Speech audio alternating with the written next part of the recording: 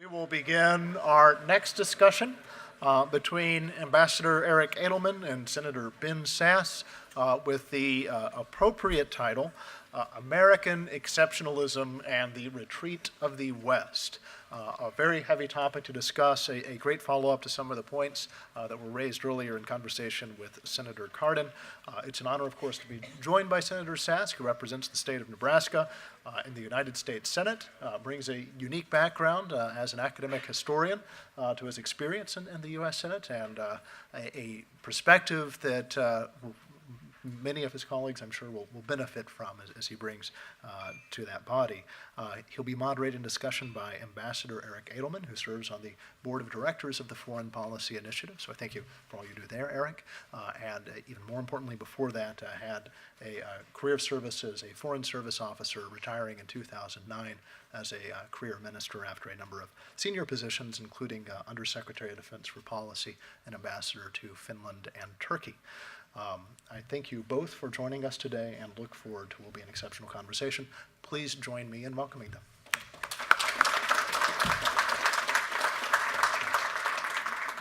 Thank you, Chris. It's great to be here. It's great to be here with one of my favorite United States senators and talking about one of my favorite subjects, American exceptionalism. Senator Sasse and I share a kind of misspent youth, having both been graduate students and PhDs in American history from the same alma mater, Yale.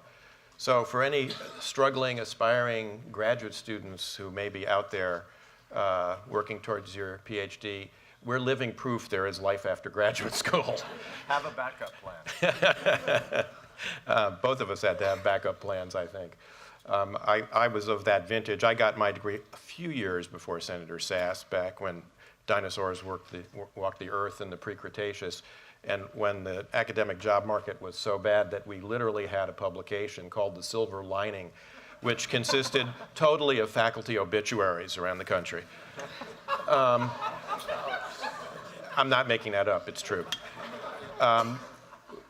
We're going to talk about a really very important subject today, about American exceptionalism and the retreat of the West. And Senator, I wonder if we could unpack the subject a little bit. When people use the term American exceptionalism, I think they tend to talk past one another in the sense that it has been used both as a descriptive term to analyze those things that make the United States different and separate it from other countries' historical experience. But it's also sometimes used in the sense of America's mission abroad, and what exactly the nature, if there is such a mission, what exactly the nature of that mission is. So I wonder if you could tell us how you think about American exceptionalism, and then we can go from there. You bet. Thanks for having me as well. Obviously, the term has been used lots of different ways, and the U.S. mission in the world, in general, post-1945, and maybe in particular, in a more contested way, post-1989 and the end of the Cold War, it's been complicated and contested, and there's a lot of interesting and debatable things we should talk about related to that. The U.S.'s kind of unique place in the world since World War II. But I think it's important historically to understand that what the term American exceptionalism used to mean, and I think frankly it should mean again, partly because it provides a meta level of agreement before we get to all the things that we should rightly dispute. American exceptionalism is really a historical claim about the American founding. I think it was really sad, and I'm a very conservative guy, but I'm not a particularly partisan guy, so I don't say this to sort of open by taking a shot at President Obama, but I thought it was particularly sad in the run-up to the 2012 election when President Obama was being interviewed one time, and he was asked, "Do you believe in American exceptionalism?" And if you watch the videotape, you almost can see the president's wheels turning in his head as he thinks about what to say. And it felt like what he was thinking is, well, of course I can't say I believe in American exceptionalism because that sounds parochial in a way that is arrogant and maybe ethnic or race-based or something. And yet you could also hear him heading toward an election saying, well, I'm not supposed to say I don't believe in American exceptionalism either.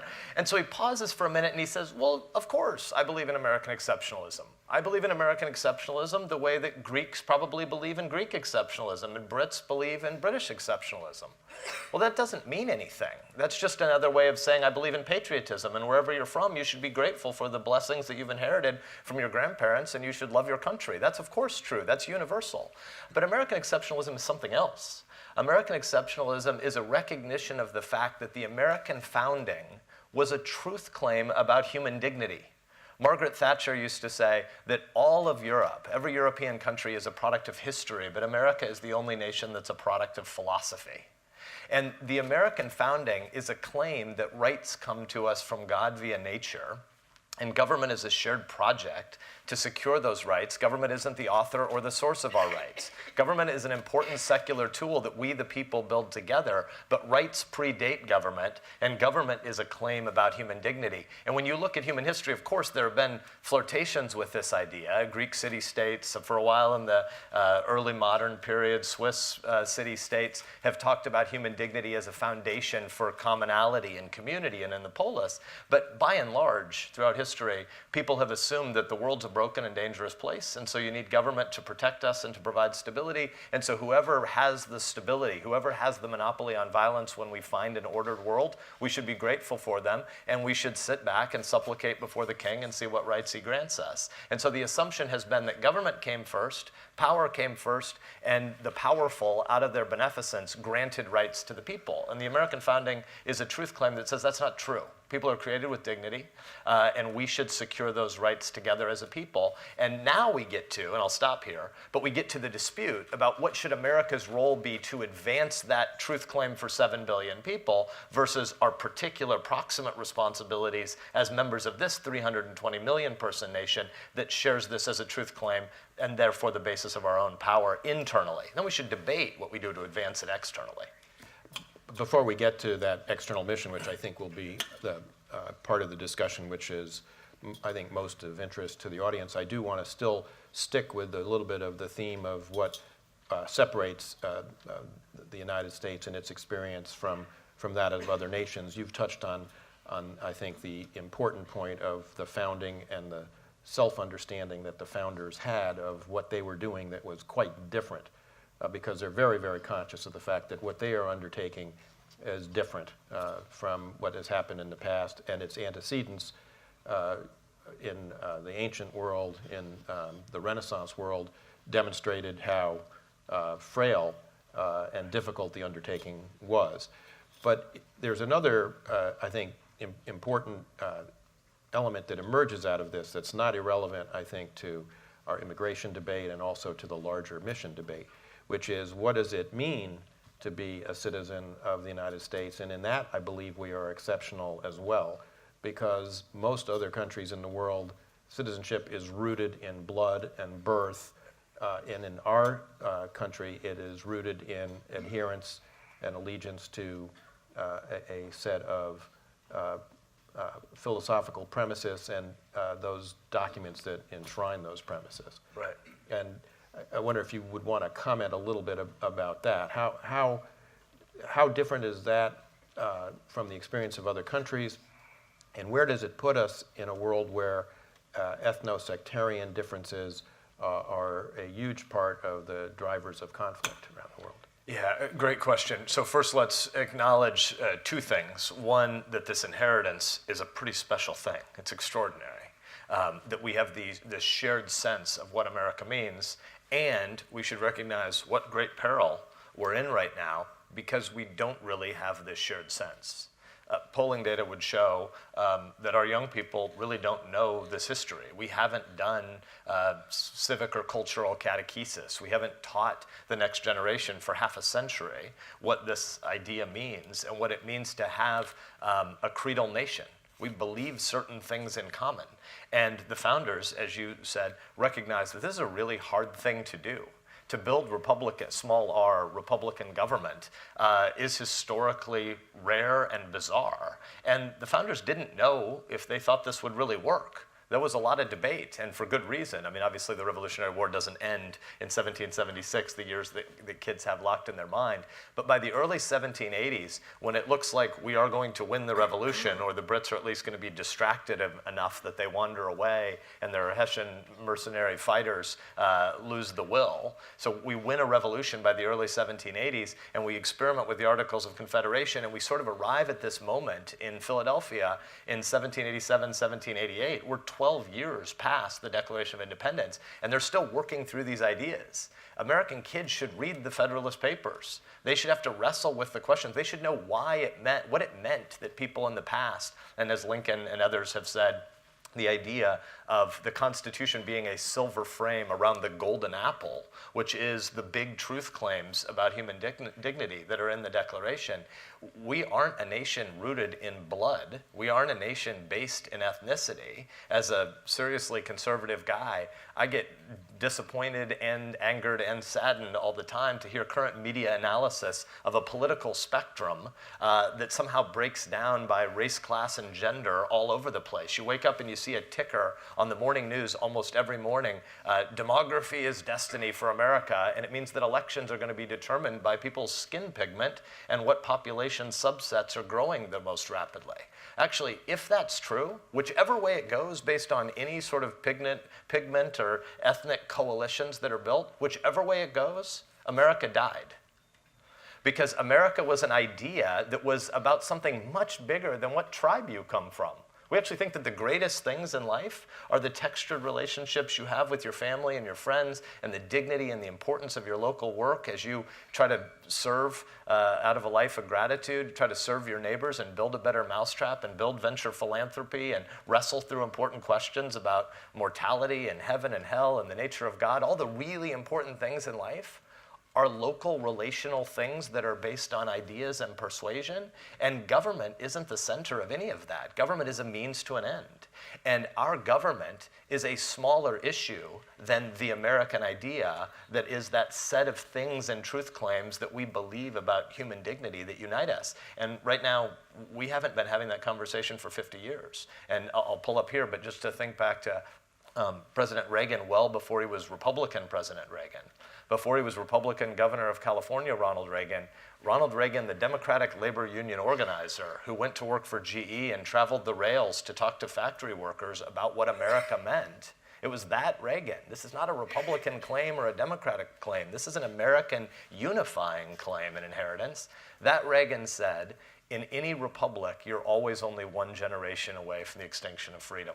The only way that freedom in the American understanding goes on is if the next generation comes to own it, and we're not doing that right now. 41% of Americans under age 35, 41% of Americans under age 35 tell pollsters now that they think the First Amendment is dangerous.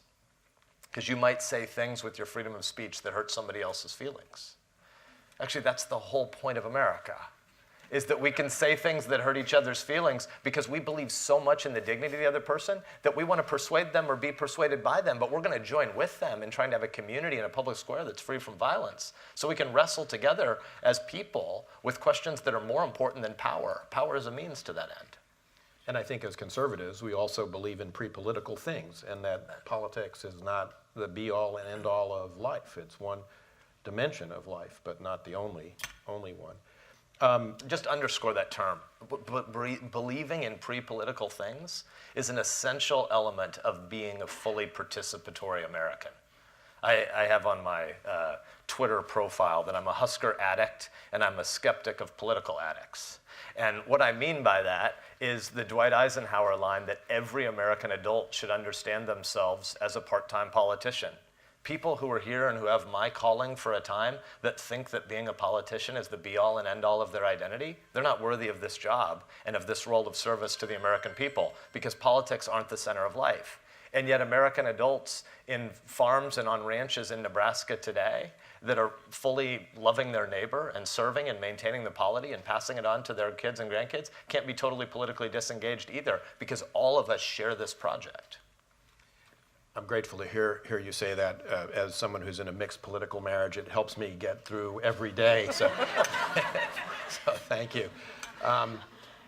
I do want to come back to, you've now, I think, adverted twice in your remarks to polling data about young Americans and the weakness of their grasp of the fundamentals, not just of American exceptionalism, frankly, but the founding and our political institutions and our system of governance.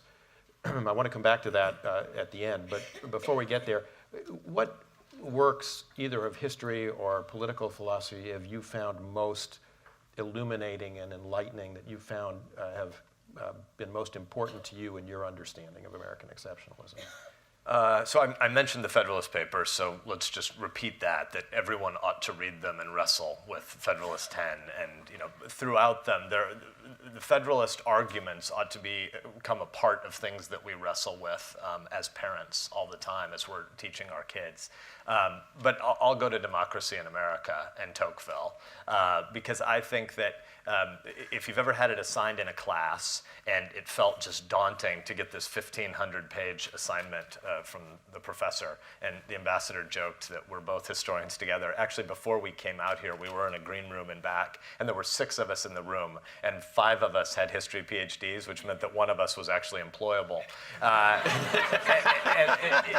It sort of reminded me when I was in grad school at one point, the second year in grad school, the Chronicle of Higher Education came out with a special issue, and it had a picture on the front of it that was all this PVC pipe and curtains, and it's this thing called The Pit, where grad students in history interview for jobs at the annual conferences. And literally, the headline on the Chronicle of Higher Education was, "In the pit at the American Historical Association, would-be historians beg for jobs they don't really want." My wife cut this out, hung it in our kitchen, and said, "Get a backup plan fast." But if you've ever had a history professor or a political scientist or a history and lit kind of class, and somebody assigned Democracy in America, and you looked at it as this daunting 1,500-page book, it's the wrong way to think about that book. Shred it, rip the binding off, and just leave it in random 5 to 7 page chunks all over your house, because that's the way it was written. It was written as a bunch of travel reports, as Tocqueville tried to explain what was happening in America in the late 1830s and early 1840s back to Europeans who couldn't really make sense of this experiment in Republican government, this experiment in self-governance. What made it the case that you had a canal revolution, that you had a proto-railroad revolution, you had transportation revolution, there was the putting out sort of production revolution that wasn't yet the factory system, but it was something that was going to approximate a moving assembly line. You had this massive economic innovation happening in America in the 1830s and 40s, and Europeans didn't know why.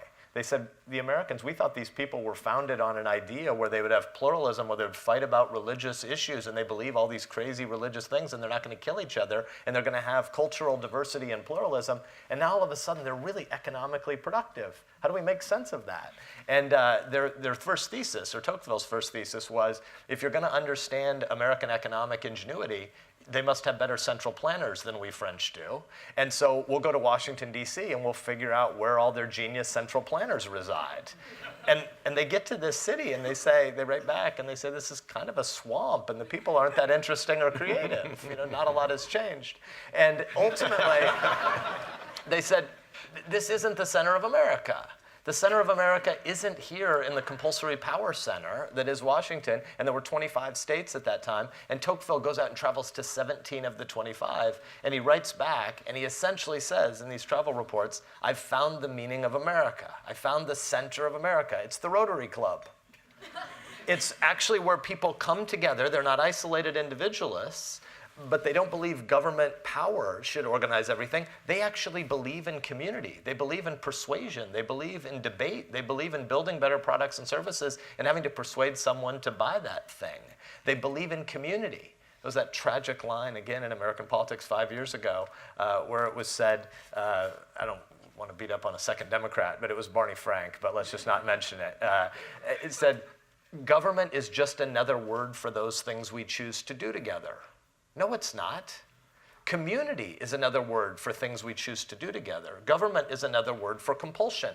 And compulsion is necessary in the world, but we should move very cautiously before we take away somebody else's freedoms by using the powers of government and compulsion. And so I think Democracy in America is a great little snapshot of all those little platoons of where thick and rich life is lived in America and has been. And I think the now pretty well documented decline mediating institutions that Tocqueville identifies in Democracy America as the engine of what you were describing, along with some of the other phenomena that you've mentioned earlier, I think, when taken together, really are troublesome in terms of the future of what we call the exceptional America that the founders created.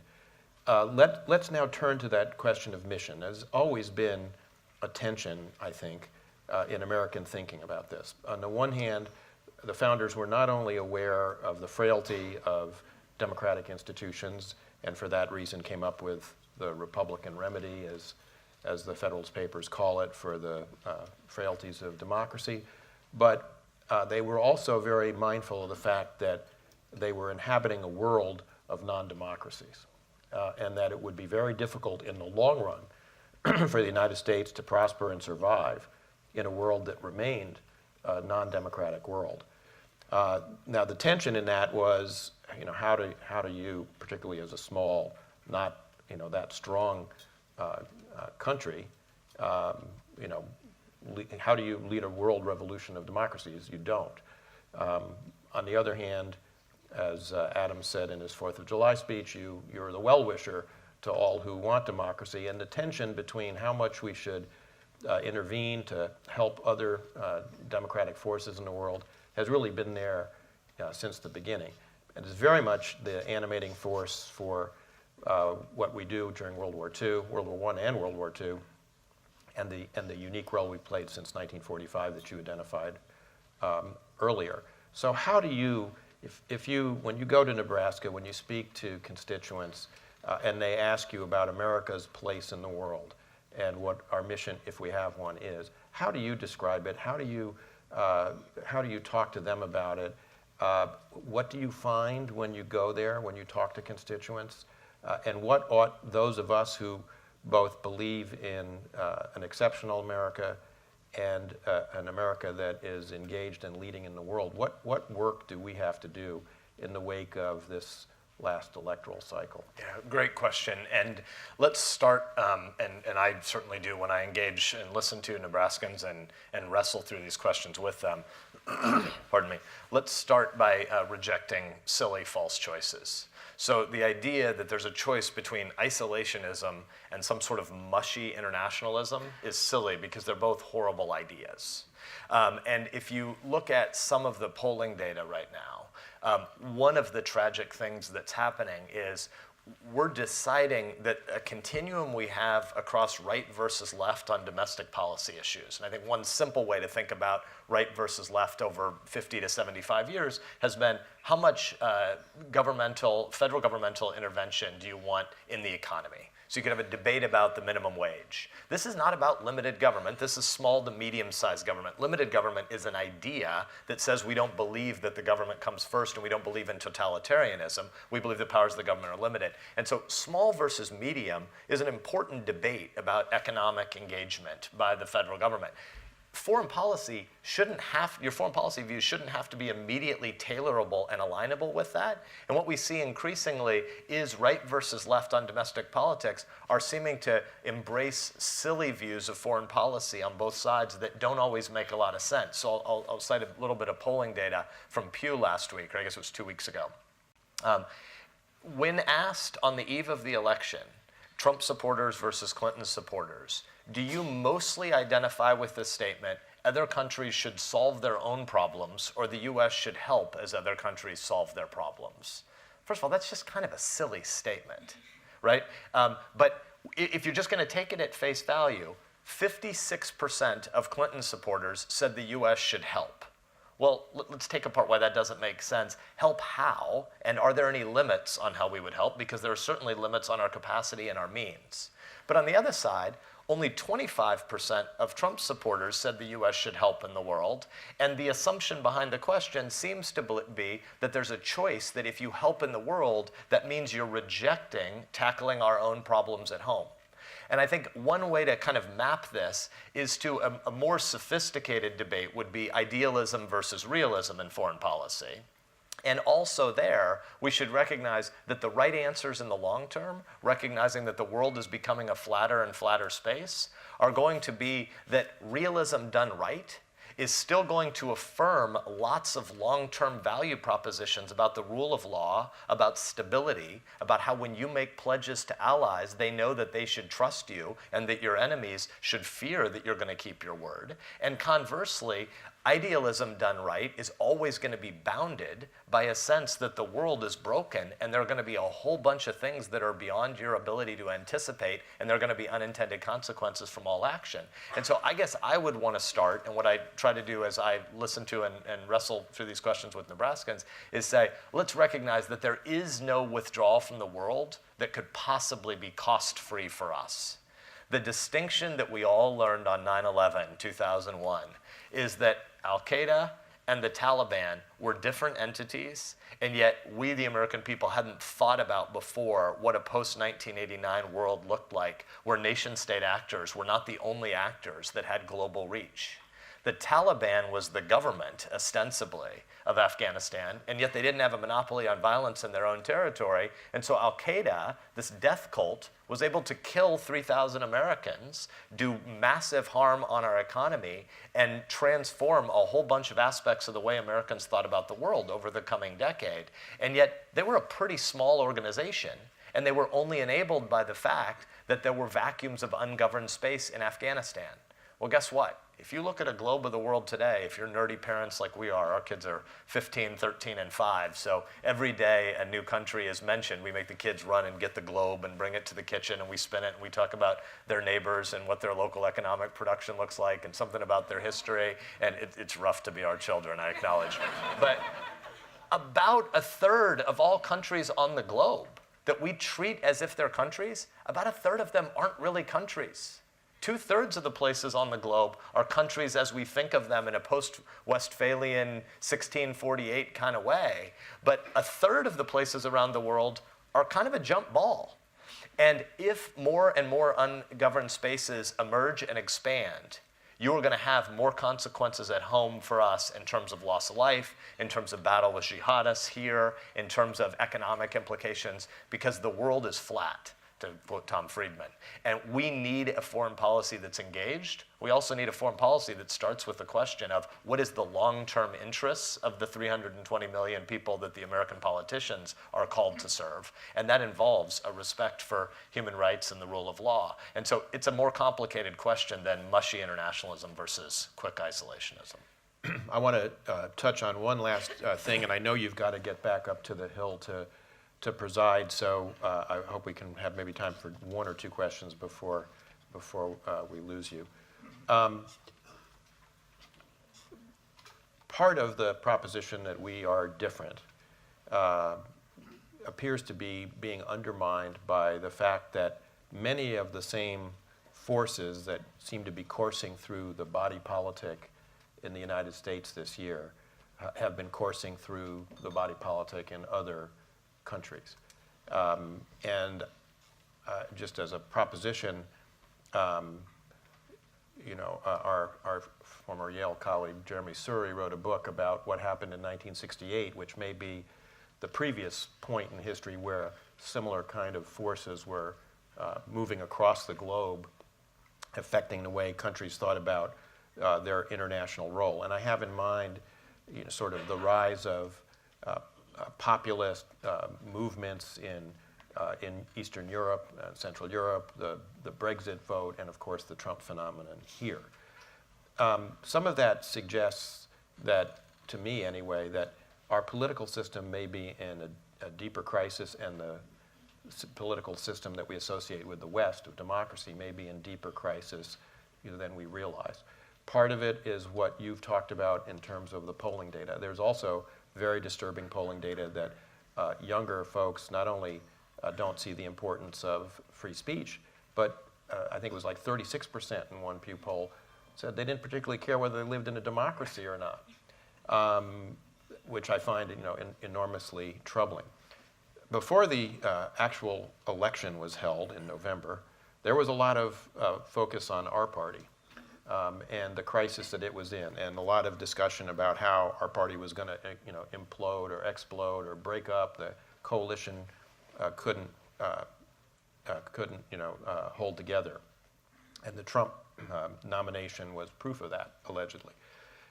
Now, in the wake of the election, we look around and the Republican Party seems dominant. They will, as of January 20th, control the White House, the Senate, obviously, which Republicans held, the House. During the 8 years of Barack Obama, the Democratic Party has seen an enormous decline, not only in the number of members of the House, but of the Senate, governorships, state legislatures, et cetera. Some people are now talking about potentially an era of 50 years of Republican dominance. The focus now is on the Democratic Party and its dysfunction, and questions about whether, in the absence of the impact of the Clintons, whether the party will lurch to the left, something along the lines of the Labour Party in Britain under Jeremy Corbyn. It seems to me, actually, that both parties remain in crisis. They were both in crisis throughout 2016. They remain in crisis, and our political system is going through a crisis of adjustment because of the process of globalization that may last for 5, 10 years. It may take that long to unwind. How do we go through that crisis and assure that we come out the other end as a vibrant democracy, and that democracy doesn't end up being in retreat around the world, as compared to the enormous advances it went through in the 80s and 90s? Lots of meat in that question. Let me agree with the horror about the young people data that shows that somewhere between a third and a half are drifting toward indifference to whether they live in democracy. But let me outbid it with one more bit of horror to show our historical amnesia and the lack of civic education that we have. And we don't have another 3 hours, or we could talk about the goofiness of a lot of the media coverage of Castro's death, because it's a way of showing how little shared understanding of where we are in history. About a third, I think it was 32% of millennials in a poll in October, said that they believed that George W. Bush had killed more people than Stalin. A third of American millennials. Stalin killed around 50 million people. So we have big problems in terms of what we're not teaching. But I think that anybody who says they know what comes next in partisan politics in American life 5 and 10 and 15 years in the future is smoking something. Because the reality about the undercurrent of all of these movements right now is that automation is transforming the economy and the nature of work in an arguably unprecedented way in human history. Right?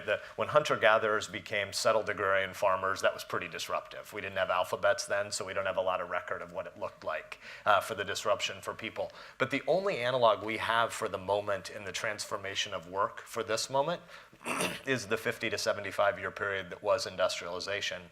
And it was remarkably unsettling for people to go from almost everyone inheriting the farming job of your mom and dad and grandparents for generations to now migrate across the landscape and go to a city and have to get a totally different kind of job in a big tool economy. And as disruptive as that was, and it was, I mean, it spawned progressivism in American politics that transformed both the Democratic and Republican parties under Teddy Roosevelt and Woodrow Wilson. It was big and disruptive. But once you got a new job, you tended to still have that job until death or retirement. What we're going to have now is everybody losing their job every 3 to 5 years for the rest of their existence. We've never had 40 and 45 and 50 and 55-year-olds disintermediated out of a job and have to get a new job at age 55. By and large, if you lose your job now at age 55, you never get employed again. In the future, that's not going to work because it's going to be all of us. And that's hugely, there's tons of human turmoil. We could talk about Charles Murray, and we could talk about Robert Putnam, we could talk about J.D. Vance's new best-selling book on the shrinking of all those mediating institutions. But we're not talking about the underpinning of all of that, which is the transformation in the economy and the nature of work from stable, lifelong jobs to unstable, occasional, part-time flex jobs where everybody's going to have to become a lifelong learner. And so so we haven't talked here much about trade, but when people feel anxiety right now, they're trying to project the things that they're worried about in the economy onto trade. And trade's a really big deal. Where I'm from, there's a pretty broad consensus that trade is a good deal. If we had more trade with Asia, Nebraska, which is we're known for our corn and our football, but we're also the largest cattle state in the union. In Nebraska, if there's more trade with Asia, whether you want to buy a Japanese pickup or not, you're going to end up with a cheaper Ford F-150 and a cheaper Chevy Silverado, and we're going to end up with more beef markets for export. And so trade is a win-win for Nebraskans. Trade is a win for all consumers nationally. Trade is a net win for producers nationally, but there are geographic and subsector folks who suffer under trade, and we don't have good trade mitigation policy.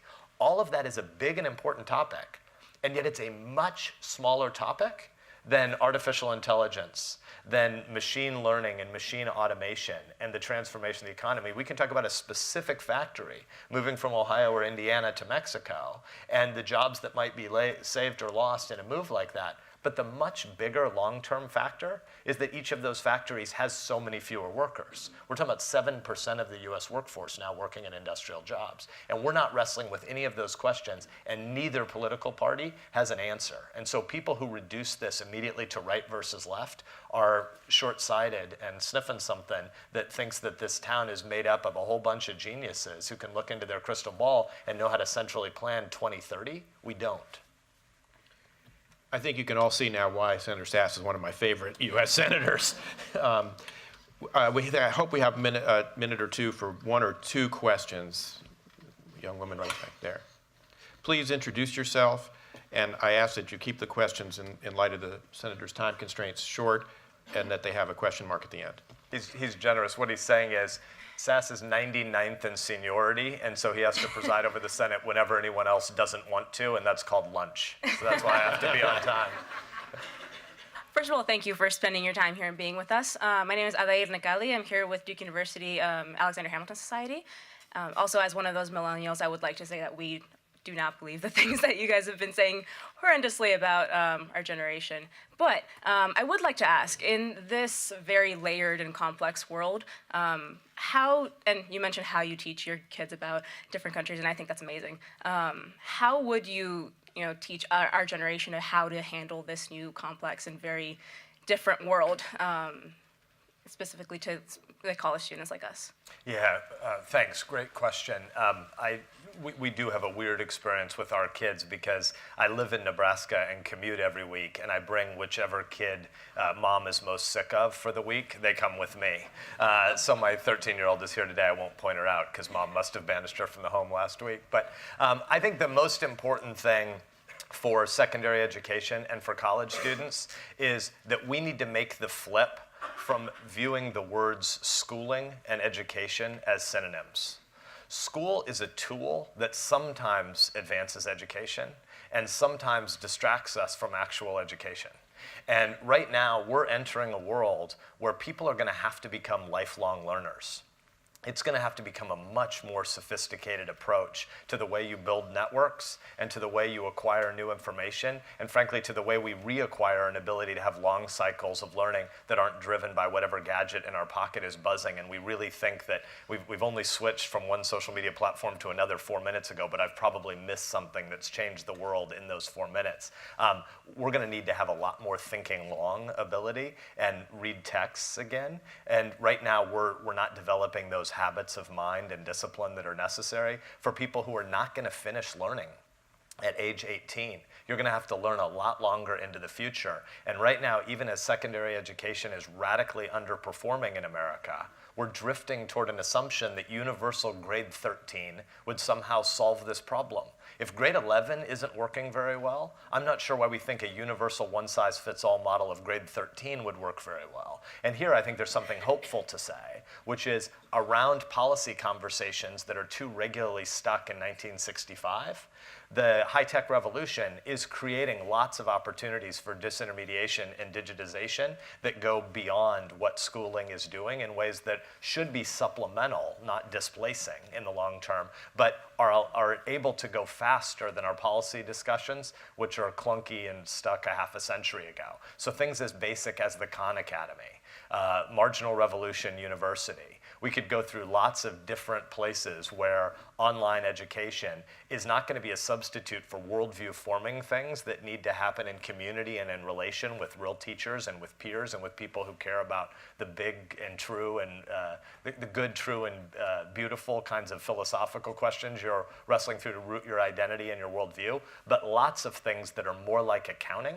There can be new skills acquired much more rapidly in online and hybrid learning environments, and there's a lot of tools available that are pretty exciting that we didn't even envision 5 years ago. As you could tell from that answer, Senator Sasse is way more tech savvy than I am, and any of you who have not seen him reading mean tweets about himself, go to YouTube, you're in for a real treat. There's a Bud McFarlane. limitless pool of mean tweets about me. I'd like to call on my former colleague from the Reagan administration, Bud McFarlane. Sir. Senator Sasse, thank you very much for not just today, but for every day that you serve here. It's really a blessing for all of us. This isn't about today foreign policy foremostly. However, in the context of idealism, realism, and real things we're facing, I believe, in the years ahead in the Middle East, whatever one may think about the nuclear agreement with Iran last year, it has spawned a lust among the Sunni Arab states for an equivalent capability in nuclear power generation, ostensibly, but of course with the potential for weapon systems. If you believe the rhetoric coming from Saudi Arabia and the Vision 2030 of the Deputy Crown Prince, if you believe President al-Sisi's rhetoric calling for the reform of Islam and seemingly having the Grand Mufti at Al-Azhar behind him, to what degree can or should the United States encourage Mr. bin Salman, the Deputy Crown Prince, be helpful in enabling the industrialization and the move away from oil? And to what extent can we imagine the possibility of forging a collective security organization within the Middle East that might really deter and, in traditional ways, avoid conflict between Iran and its neighbors? So this is more than a 3-credit course, but I'd be grateful for your comment. Thanks. Thank you for your question, and thanks for your past service as well. Let's start by saying that Iran can never become a nuclear power. Iran is the world's largest state sponsor of terror, and we should declare unequivocally that they can never get access to nuclear weapons. So much of the current short-term and mid-term crisis in the Middle East is driven by the fact that people don't know where the U.S. is going to land and haven't known for 5 to 8+ years. And so you have a Middle East where we could talk in lots of technical details about how we got to the agreement that we have. I was opposed to this agreement. But I think one of the things that's missed when we get straight to the fight about whether people were for or against the JPAOA, the joint agreement, is the fact that we stop talking about the broader sanctions regime against Iran for all of the other things that they do. And we should recognize that when Iran is sowing the discord that they're sowing all over the region, just to put one data stamp on what's happened in Syria, on the eve of the Syrian civil war, there were 21 million people in Syria. Only about 11 million people in Syria live in their homes now. About, estimates vary, but around 450,000 people have been killed.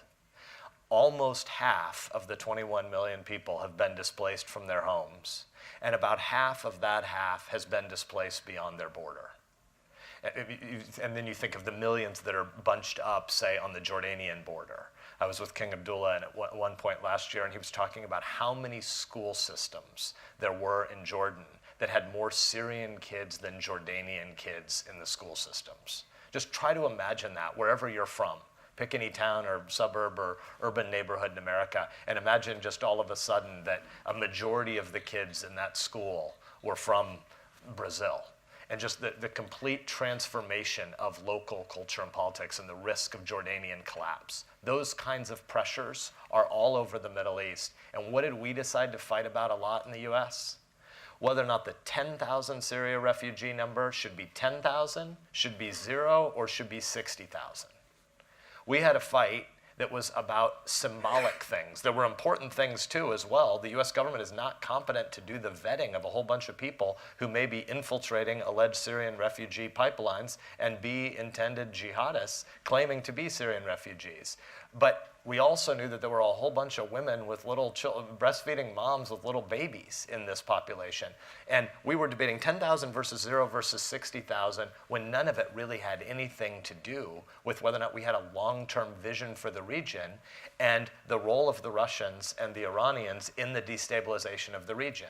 Here's the simple fact, that as the Syrian civil war was unfolding, our allies didn't know that pledges that we made were trustworthy, didn't believe that our red lines were real, and our opponents didn't think we possibly meant anything that we said either, and that our red lines would be real.